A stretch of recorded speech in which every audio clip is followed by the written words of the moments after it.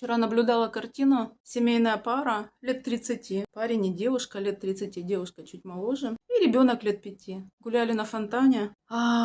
И, похоже, перед этим молодые разругались. Отвернутые друг от друга.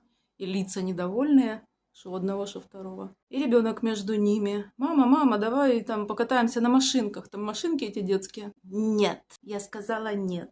Папа, а давай попробуем фонтан, там тра-та-та-та-та. Папа также реагирует. Нет. И, блядь, вы хотите быть правыми или счастливыми, пока родители выясняют отношения. Ребенок в итоге предоставлен сам себе. Ребенок расстроился, естественно. Сел там в уголок, что-то елозит своей вот этой маленькой машинкой, елозит по земле. О чем-то своем детском думает. Как-то так. Выяснение отношений, короче, родители выясняют отношения, а ребенок никому не нужен.